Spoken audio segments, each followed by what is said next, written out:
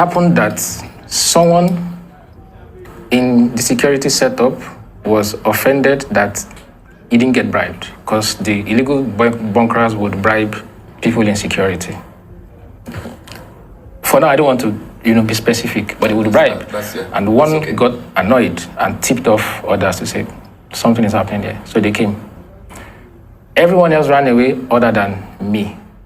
Now, I have been vindicated because I spent 3 days in military detention. Everything I told the highest levels of the army, the illegal bunkers were telling me when I left.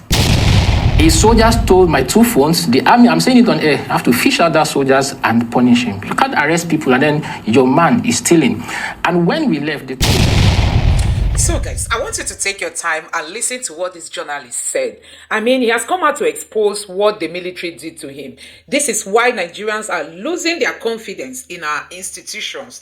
See what is happening to the very dark man. He's now like a mini god to Nigerians. Instead of people taking their matters to court, they now take it to the very dark man. Instead of people reporting to the police, they now take their cases to the very dark man. So guys, our institutions are down.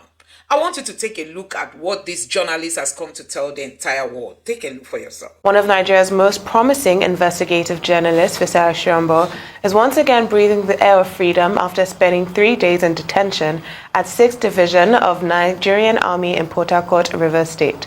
According to a statement issued by Acting Deputy Director of the 6th Division Army Public Relations, Lieutenant Colonel Danjuma, Fisayo was arrested at an oil bunkering site in the company of some other persons, which the statement described as a notorious gang of oil thieves. Very meaty allegations, to be honest. What actually happened and why was the journalist arrested in the first place? Well, for his own part of the story, we are now being joined by Fisayo Shiombo himself, the founder of Foundation of Investigative Journalism. Good morning and welcome to the show. I would just like to say that you are a pride to this profession, from the Guardian to the Cable to what you do now. The profession and the country need more of your type. Well done. Yeah. All right, so tell us what happened. You were in detention for 3 days in Port Harcourt. Yes. Were you arrested with oil thieves, or have you dabbled into the oil business that you are now picked? What really happened? Give us the details. Let's know what happened. So I think everyone other than the Nigerian army already knows what happened. I'm an investigative and undercover journalist. I was investigating illegal oil bunkering. It happened that, it's a complex story. It happened that someone in the security setup was offended that he didn't get bribed because the illegal bunkers would bribe people in security. For now, I don't want to, be specific, but it would bribe. And one got annoyed and tipped off others to say, something is happening there. So they came. Everyone else ran away other than me. I came forward and had an interaction with them. So one, there was no arrest. The Nigerian army did not arrest me. They didn't?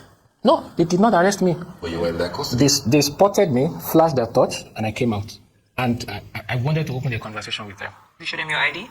I didn't show them my ID because the illegal bunkers had said they had settled everyone, and the guys who came were the ones who were not settled, and the conversation was going on to settle them. So I just thought it was a settlement conversation, and I came forward. So they did not arrest me. It's not like they chased me.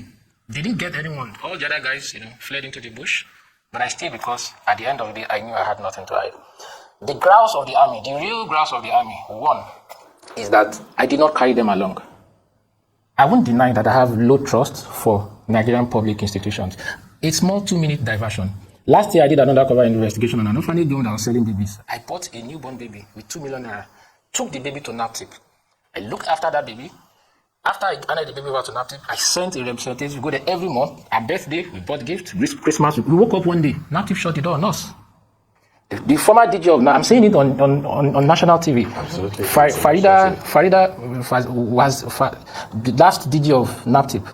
She has to answer the question, what happened to that? I brought that baby. I just wanted to, keep up with the progress of that baby. And one day, NAPTIP just shut the door. We just got there and they said, you can't see the baby. So how do you expect someone like me to trust public institutions? So I didn't trust the army. I didn't carry them along. But I'd also known that illegal oil bunkers were bribing different people in various security formations. And I would endanger my life by carrying them along if I didn't know who was who. So that's the first problem they had, that you were doing this story and you did not involve us. Now, I have been vindicated because I spent 3 days in military. Everything I told the highest levels of the army, the illegal bunkers, were telling me when I left. You get, when they picked me up, it was around 2 a.m. We were in the bush until maybe 4, 5. A soldier stole my 2 phones. The army, I'm saying it on air, I have to fish out that soldiers and punish him. You can't arrest people and then your man is stealing. And when we left, they took me to a camp, a military camp close to that. We were there till afternoon, until about 3 p.m. I did not say a word about who I was, because I felt it was too general a place to make that understood. They all felt I was an illegal oil bunker, and I played along until they took me to 6 Div. And I thought from then I was speaking with people in offices who were investigating the case. That's when I said, look, I'm actually an undercover journalist. This is proof. But everything I told them, the things I wrote in my statement, as I got out yesterday, illegal oil brokers were telling me, who are you? We thought you were one of us. Now this is what they said you are. This is who they said you are. They said you are a detective. You are an undercover journalist. Is it true? So, was I not right by not carrying the army along? Because how can you grill me at the 6th Div? Every single thing I told you, I got out yesterday and the illegal workers were telling me every single thing. And they made no mistakes. They were on point. So let's talk about press freedom and investigative journalism in Nigeria, as it were. This is not your first encounter with detention. I mean, it's part of your investigative work, so to speak. What does your experience say about press freedom in Nigeria today, and how has that shaped your approach in how you report on, sensitive issues like this? Because it is important to continue this kind of work. Can you touch on that for a bit, please? Of course, the press is not free in a number of ways, and one of them is that, especially people in security, they don't want to hear the word investigation. They say, why are you investigating? Are you the police? Are you the army? They can investigate, and the police, for instance, can investigate and prosecute. As a journalist, I can't prosecute, but I can investigate and publish. But every encounter I've had with the police, with the military, once I say I was investigating, something just, changes in them. Like, they don't want the press to do any form of independent work. So why didn't you come to us? Oh, you want to do story on illegal oil bunkering? Journalists come to us all the time. Even foreign journalists, we take them around. Why do you want me to see what you are showing me? If your house is clean, and as an undercover journalist, I go there, I would come out with nothing but the clean report. All my stories are not negative. When I did Prophets of Their Pocket, prophets who were collecting money to issue fake prophecies, the Catholic Church did not take any cover from me, gave me no fake prophecy. I dedicated one series to it. Say, look, the Catholic Church, I went in, clean, no fake prayers, no fake prophecies, nobody asked me for money. So if you are clean and I go in undercover, an investigative journalist comes in, you don't have to be worried, because the outcome would still be your cleanliness. But because there's so much to hide, they just don't want the media to do its job. They just feel that by you making claims to independence, then they are giving them bad news. And it's evidence, it's proof of how bad this system is. Illegal oil bunkering cannot stop in this country. I can tell you that. Some of the senior army officials were saying the President Bola Tinubu has said no to bunkering. You people think it's a joke. It will not end, because the illegal bunkers have collaborators in security formations. Not 1, not 2, not 3. Okay. Go on. Sorry, I was going to say, so you said the illegal bunkers have collaborations. Are we going to expect a report to come out that you have been working on? So you did say that your phones are missing. So how much of the information that you were gathering is still with you, right? And also, why was there such a delay in releasing you? Why did there need to be public pressure before you were released? Good. So my phone was eventually returned after pressure, but it took a long time, and they haven't punished the soldier who did it. How much do I still have a story? I'll be honest, it's the first time I have genuinely felt my security compromised. I believe the army deliberately, the acting spokesman of the Nigerian army, deliberately compromised my security by releasing that statement and linking me to oil bunkers. Because FIJ announced that, I was in detention and made no mention of oil bunkering. Now you've gone to tell illegal oil bunkers. That's what you did. That, look, this guy was on your trail. Now we have told you. So my utmost concern now is my security has been compromised by the Nigerian army that should be interested in ending illegal oil bunkering and should have seen me as a partner. But at what point did they realize that you are not an oil bunkerer, but an investigative undercover journalist? Wednesday evening, around 5-6 p.m. Wednesday, same day. Wednesday. They picked me up around 2 a.m. Wednesday. Oh. And I was in that camp morning, afternoon, then around evening before 5, I got there, and then so they knew since Wednesday because I gave them my real name. I told them, look, they were saying, even if you're a journalist, can't a journalist be an illegal oil bunker? I said, look, all my stories have been experiencing the crimes I'm trying to expose firsthand and providing hard evidence. I've gone to prison undercover. I've gone to psychiatric home. I spent 10 weeks in a psychiatric hospital as a patient undercover to write a story on it. I've tracked an orphanage for 19 months undercover. I got myself trafficked to Burkina Faso, experienced everything. I was giving them the titles. Go online and check. That's the track record for years. So I believe that they knew immediately on Wednesday that I was an investigative journalist. Now to address last question, so why did they keep me? I think the army should be the ones to answer that question. One, if it did not get to the media yesterday that I was in detention, I would still be there. I repeatedly asked them, and I need to speak to my lawyer. Look, I've not committed murder. So let's even say that I'm an illegal oil bunkerer. I'm saying I want to talk to my lawyer. That one phone call, I should be able to make it to my lawyer. And they denied me. And they instructed all soldiers around there that not one of them must give me their phones. I must not use a phone to make a call, to send a text. You know, if not for the plans I had made before embarking on the story, those plans enabled my organization FID to know my location. If I hadn't made such plans using technology, I would still be in detention. They told me that we'll investigate for as long as possible, even if it's 1 month, even if it's 2 months. The only reason I'm out now is that it got to the press. So what are you afraid of? Okay, you thought I was an illegal oil bunker when you picked me up. You've then found out I'm an investigative journalist. Why are you keeping me? By Wednesday night, they had become calmer in their relations with me. They were initially hostile because they thought I was, a criminal. But by the time they found out in the evening, they had, become relaxed. Took me to the house of the commander of the, I think, anti-bunkering, Mashegu, if I get the name correctly. Sat down in his house, we talked, they gave me food and all that. So they knew I wasn't a criminal at that point. All this in Port Harcourt? Yes, the Liverpool Real Madrid Champions League. I'm an incredible Liverpool fan. On Wednesday, I watched a good part of it in his house, in the house of the commander. So they knew that I wasn't a criminal. That's why they allowed all that. So why did they keep me? Who were the interests? Who thought that if this guy got out, there was trouble? Now, the army, the Nigerian, that spokesman has to issue another statement. Colonel, what's the name again? Colonel Danjuma. I'm saying it on national TV. Colonel Danjuma, you have to issue another statement and explain to Nigerians why the things I told the army in my statement got out before me.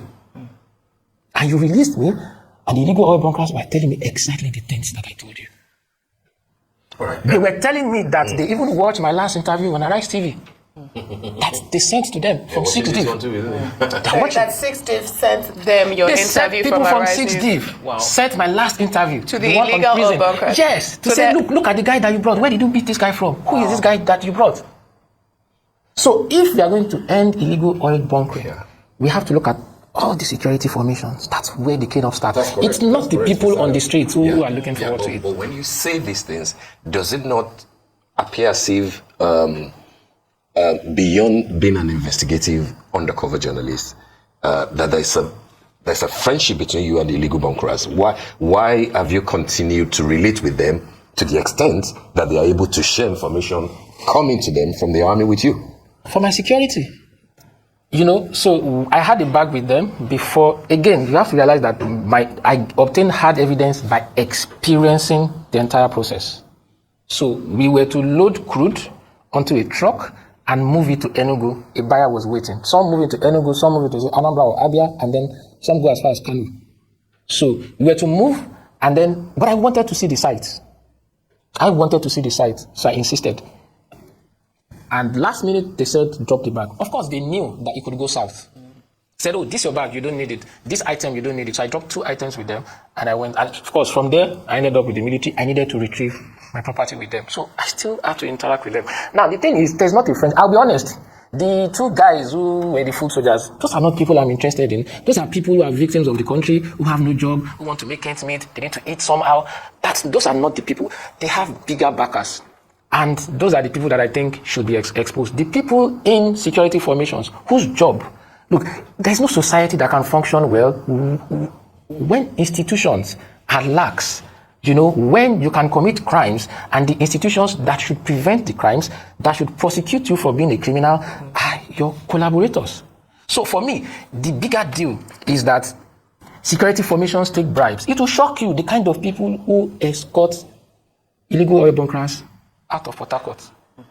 It's public. The army spokesman knows it. Did you witness that?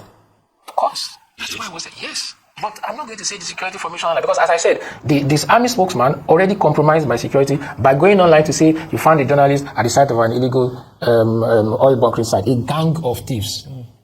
The real gang of thieves. They're in that. I'll be honest. There are people who are clean in the army.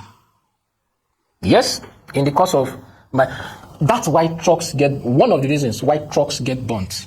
Why illegal oil bunkering sites get destroyed. Another reason is that some don't get bribed. And then they sabotage the process. But yes, there are clean men in the military. But the major cleanup has to happen from the saboteurs in there. The 6 div. How can you grill a journalist at 6 div? And the information is out with smugglers. With oil bunkers. So yes, that's a huge indictment. What you're saying is we have good apples, but we have some bad apples. And the bad apples outnumber the good apples. Have you, before I ask the question, have you been able to get those bags that you had to throw before you Yes. They were contemplating burning it. But you were able to retrieve it. Yeah, because they got everything about me. Okay, so you've been detained in the past and now this. And when we look at journalism and the kind of journalism that you do, of course, it involves venturing into very difficult and often, hostile environments. Dangerous would be the word. Dangerous and hostile environments. How do you personally navigate the balance between pursuing these very hard-hitting stories and ensuring your personal safety? Has any incidents, kind of changed the way you approach investigations in the future? I mean, at the end of the day, your safety is paramount. You can't do your work if you're not safe. So how are you able to navigate this? I can't discuss this on national TV how I navigate. I'll just say that I review my security apparatus from time to time. So this is the highest level at first. And before I release the story, an agency that should be on my side, even if they were offended that I didn't carry them along, then went to rat me out. That's how I see it. So this is a new level for me that I need to deal with. I don't think it's going to change how I approach stories in the future. However, I do know that I'm running out of time. So maybe I have 1, 2, 3 more undercover investigations to do, and I'll say that's it for now. Rather than change the approach, I would rather stop than change the approach. For me, the approach to it's not for the fun of the exposés. It's not for the adventure. It's that we need to understand the problems of this country. If we don't even understand the scale of our problems, we can't begin to talk of cleaning up the system. Look at what I did on smugglers. You closed the border, right? You closed the borders and you said no moving of rice into the country. But then you don't have people in customs. It's the Nigerian Customs Service that supervises the smuggling of rice. Now, the president should open the borders, let people move in rice legitimately, and support local farmers. You are destroying the economy. You are destroying the economy if we can't meet our rice needs. Rice is a staple, and the president cannot say, if you can't meet our needs, let's come up with a 5-year plan to support local farming. People have to know that in their country they can thrive by doing honest business.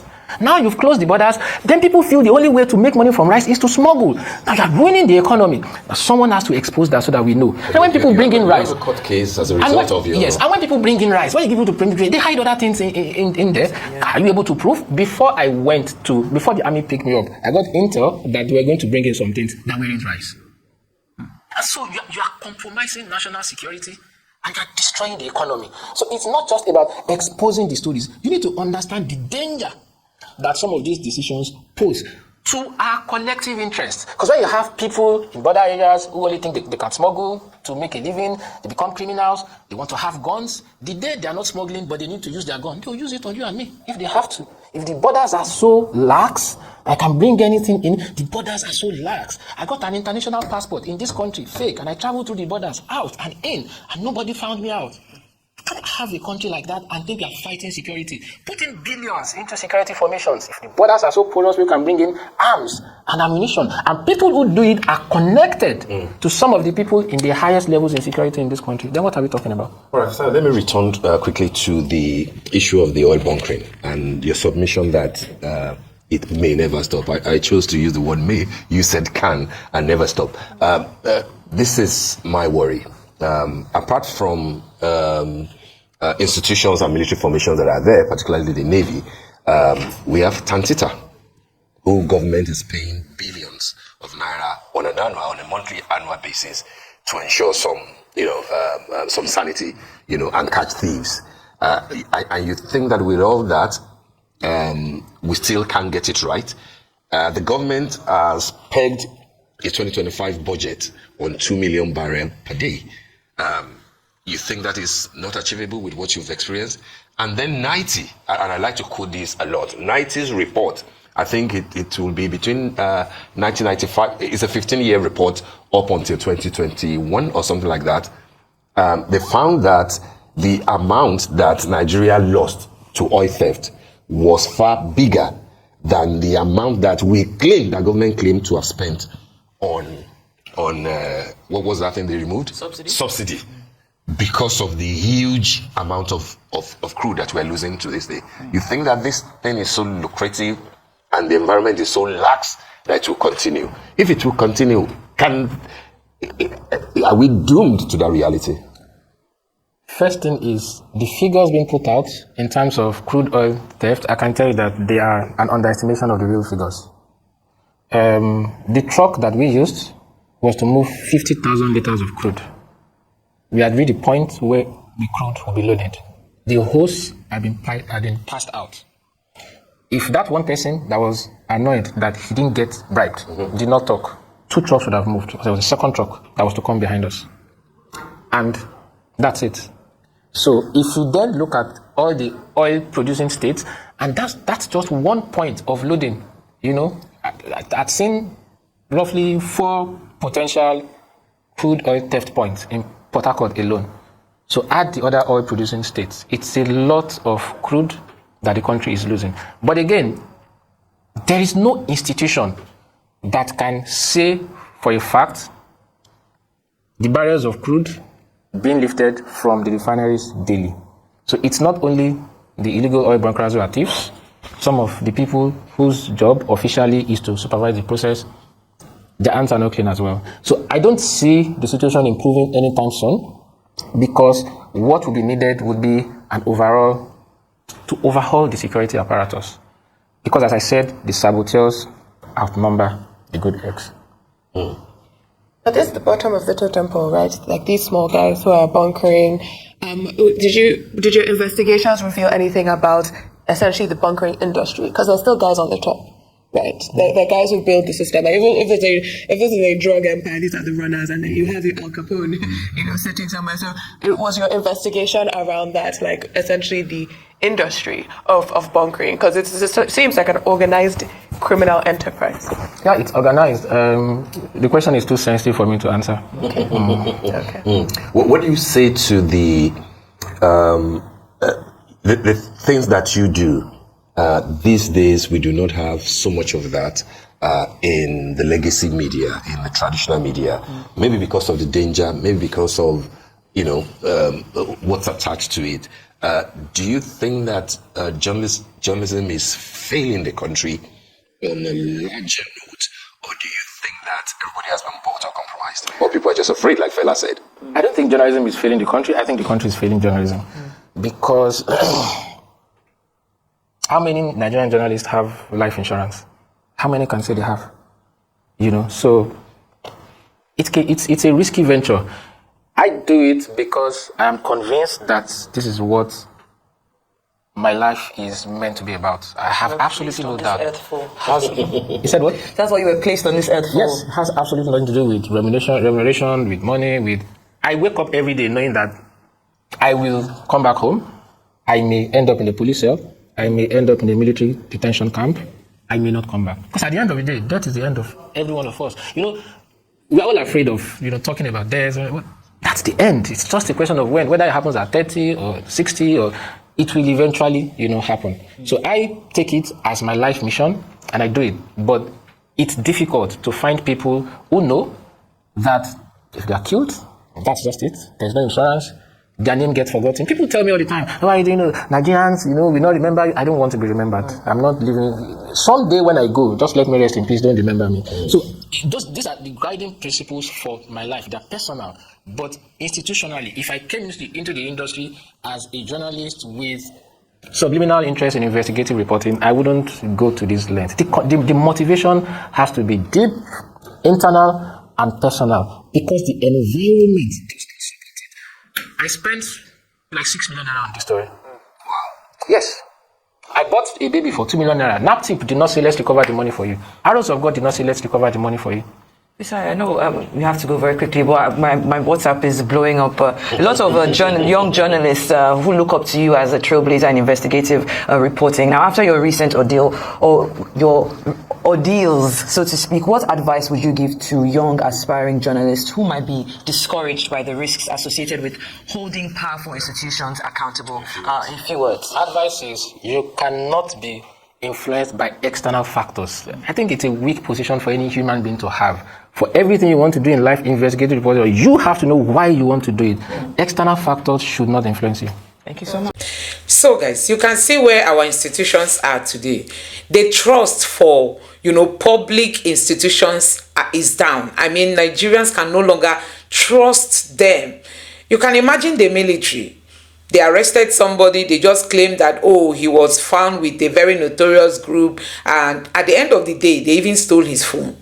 So instead of protecting people, you falling into their hand is even a bigger risk. And that is why we just keep saying that this country needs a whole lot of, I don't even know, cleansing, is it a lighter word? Because Peter Obi said if he comes into power, is to start rebuilding these institutions, at least to win trust back. But the Tinubu's government does not understand what it feels, in the lives of Nigerians when they see all these institutions messing up. Tinubu is not thinking of cleaning corruption, because he knows that corruption will fight back. And he knows that his hands are not clean. But you see where we are today. You can imagine the military arresting these journalists and see how they messed up the whole thing. So guys, this country is something else. I don't know what you make of this video. Let me know your thoughts in the comment section below.